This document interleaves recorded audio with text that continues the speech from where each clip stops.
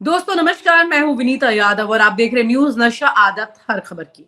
ये खबर अगर आज आप नहीं देखेंगे तो कुछ ऐसा है जो कि आपकी इंपॉर्टेंट नॉलेज से बाहर हो जाएगा। कुछ ऐसा है जिसमें बहुत सारी कहानियां अधूरी रह जाएंगी। तो दोस्तों, भारत की विदेश नीति ये ऐसी है जिस पर चर्चा करते समय एक ही नाम सबसे ज्यादा सुनाई दे रहा है और वो है नरेंद्र मोदी का। 2014 से लेके आज तक ये धारणा बनी हुई है कि विदेश नीति के हर बड़े फैसले के पीछे एक ही दिमाग है और वो है नरेंद्र मोदी का। लेकिन क्या ये सच है? ये बड़ा सवाल है। आज मैं आपको एक ऐसी कहानी बताने जा रही हूं जो आपको सोचने पर मजबूर कर देगी। क्या भारत की विदेश नीति सिर्फ प्रधानमंत्री दफ्तर यानी पीएमओ से ही तय हो रही है या फिर इसके पीछे कुछ और भी ताकतें हैं जो काम कर रही हैं? कहानी में तीन बड़े नाम हैं, जिसमें पहला नाम है विदेश मंत्री एस जयशंकर का, भारत के सबसे बड़े बिजनेस टाइकून मुकेश अंबानी का और हमारे प्यारे प्रधानमंत्री नरेंद्र मोदी जी का। और इस सब में छुपा है एक अहम रोल और वो है ओआरएफ यानी ऑब्जर्वर रिसर्च फाउंडेशन का, जो रिलायंस द्वारा फंडेड है। इस कहानी के तारों को जोड़ते जाइएगा और समझते जाइएगा। क्या आपको पता है कि ओआरएफ का अमेरिका का प्रोग्राम कौन चलाता है? बहुत लोग हैं दिल्ली में कुछ जानते हैं, लेकिन बाकी तमाम लोग नहीं जानते। वो सुन लीजिए। एस जयशंकर के बेटे ध्रुव जयशंकर और यही ओआरएफ आज रायसीना डायलॉग जैसे अंतरराष्ट्रीय मंचों का आयोजन करने लगा है, जिसमें नरेंद्र मोदी सरकार के बड़े बड़े मंत्री भाषण देते हैं। तो सवाल ये है कि क्या ये सिर्फ कूटनीतिक मेल है या इसके पीछे कोई बड़ी स्ट्रैटेजी है या कोई बड़ा कॉरपोरेट नेटवर्क है? और सबसे ज्यादा अहम है, इस पूरे समीकरण में मोदी जी कहां खड़े हैं? क्या उनकी और एस जयशंकर की दोस्ती में कोई दरार आ रही है? क्यों कैबिनेट रिशफल की चर्चा इन दिनों शुरू हो गई है? और क्यों ये कहा जा रहा है कि विदेश नीति के कुछ फैसले भारत को भारी पड़ सकते हैं, यानी कि गाज एस जयशंकर पर गिर सकती है? आज हम इन सारे सवालों के आपको जवाब दे रहे हैं। आपको बताएंगे क्यों मुकेश अंबानी का अमेरिका से रिश्ता इतना मजबूत है, क्यों गौतम अडानी का रिश्ता इतना खराब है अमेरिका से, और इसमें एस जयशंकर का क्या रोल है। एस जयशंकर भारतीय विदेश सेवा के सबसे अनुभवी अधिकारियों में से एक है, आईएफएस ऑफिसर रहे हैं। उन्होंने 3 दशकों से अधिक समय तक भारत की विदेश नीति को आकार देने में काफी योगदान दिया। वो अमेरिका, चीन, चेक गणराज्य और सिंगापुर में भारत के राजदूत रह चुके हैं। 2015 में उन्हें भारत अमेरिका संबंधों को एक अलग ही ऊंचाई पर ले जाने का क्रेडिट दिया जाता है। 2019 में नरेंद्र मोदी सरकार के दूसरे कार्यकाल में उन्होंने विदेश मंत्री का पद संभाला। माना यह जाता है कि उनकी कूटनीतिक समझ और रणनीतिक दृष्टि ने भारत को एक अलग ही पहचान दिलाई। लेकिन क्या ये सच है कि पिछले कुछ सालों में विदेश नीति पर कई विवाद हो चुके हैं, खासकर अमेरिका और यूरोप के साथ संबंधों को लेकर, और हमारी इस वक्त ये विदेश नीति धड़ाधड़ औंधे मुंह गिरती दिखाई दी है? अब बात कर रहे हैं हम ओआरएफ यानी ऑब्जर्वर रिसर्च फाउंडेशन। भारत का एक प्रमुख थिंक टैंक है ये। इसे रिलायंस इंडस्ट्री फंड करती है, मुकेश अंबानी जी, और ये आज की भारत की विदेश नीति पर गहरा असर भी डालता है। ध्रुव जयशंकर, जो एस जयशंकर के बेटे हैं, ओआरएफ के अमेरिका प्रोग्राम के प्रमुख हैं। इसका मतलब यह है कि ओआरएफ के जरिए अमेरिका के साथ संवाद में उनकी बहुत बड़ी भूमिका है।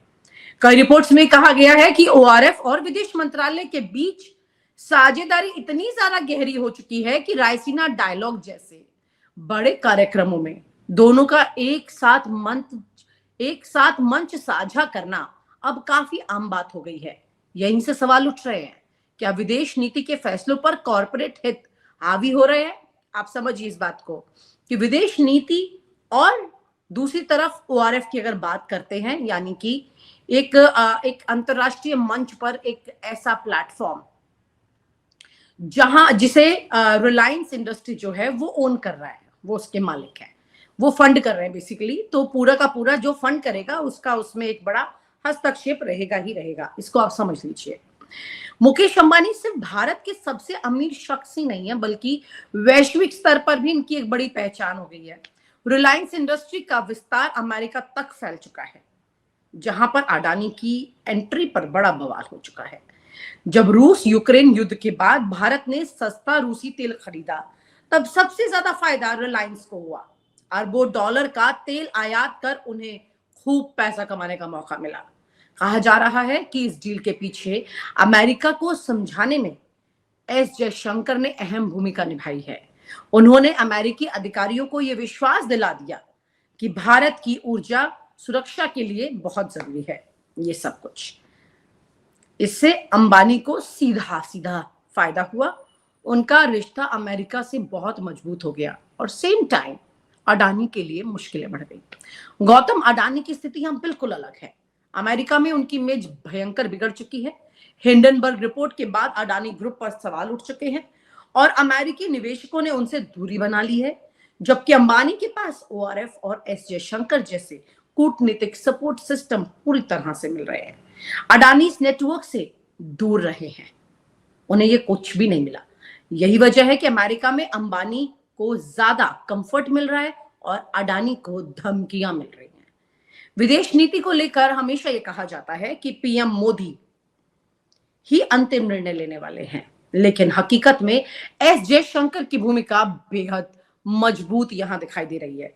वो ना सिर्फ नीति बनाते हैं, बल्कि कई मामलों में पीएमओ को बहुत ज्यादा इन्फ्लुएंस कर रहे हैं। ये वजह है कि अब क्या वाकई में ये सवाल जो उठ रहे हैं, जिसमें कहा जा रहा है, क्या मोदी को लग रहा है कि एस जयशंकर उनसे ज्यादा शक्तिशाली हो रहे हैं और इसी वजह से रिशफल में इनकी कुर्सी जा सकती है एस जयशंकर की? क्योंकि कई चीजें हुई हैं, जैसे कि मोदी का अमेरिका में ट्रंप के शपथ समारोह में न्योता, जिसमें कई दिनों तक एस जयशंकर वहां बैठे रहे, फिर भी ये काम नहीं हो पाया। अडानी को लेकर के कई बार बवाल हुआ। अडानी को लेकर जिस तरह से बाकायदा गिरफ्तारी की बात हो गई, तमाम तरह की बैड मतलब जैसे कहे इमेज शेमिंग हो गई, पूरी तरह से पूरा परसेप्शन जो है अडानी का वो अमेरिका में एक नेगेटिव रोल में आ गया। इन सब के बीच में एस जयशंकर क्या कर रहे थे? ऐसे में नरेंद्र मोदी जाहिर सी बात है अपने रडार पर इस बात को लेकर बैठे हैं। अगर एस जयशंकर को हटाया जाता है तो इसका क्या मतलब होगा, समझिए। क्या ये संकेत होगा कि मोदी अब विदेश नीति को पूरी तरह से पीएमओ के कंट्रोल में रखना चाहते हैं, या फिर ये अंबानी अमेरिका समीकरण से जुड़ा कोई और राजनीतिक मैसेज हो सकता है? आने वाले दिनों में ये पता लग जाएगा। इसके अलावा भी अगर आप छोटी छोटी कुछ कड़ियों को जोड़ना शुरू करेंगे तो आपको समझ में आएगा कि किस तरह से एस जयशंकर के होते हुए भारत ने कई जगह पर बहुत अजीब से तरीके से विदेश नीति को हैंडल किया है, जो किसी व्यक्ति विशेष के पर्टिकुलर इंटरेस्ट को ज्यादा दिखाता है, देश के लाभ को कम दिखाता है।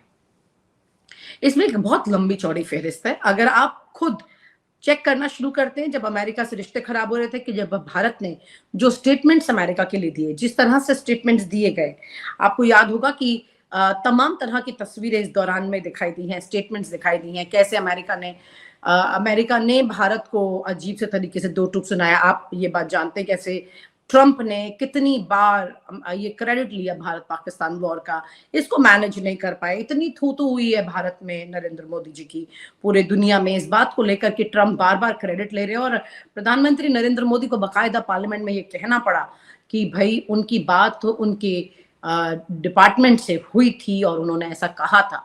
लेकिन नरेंद्र मोदी जी ये बात को पूरी तरह से इनकार करें कि ट्रंप से बात हुई थी या नहीं हुई थी, इस काउंटर पर वो बुरी तरह से संसद में फंस गए थे, काफी बवाल हुआ था, तमाम तस्वीरें सामने निकल के आई थी।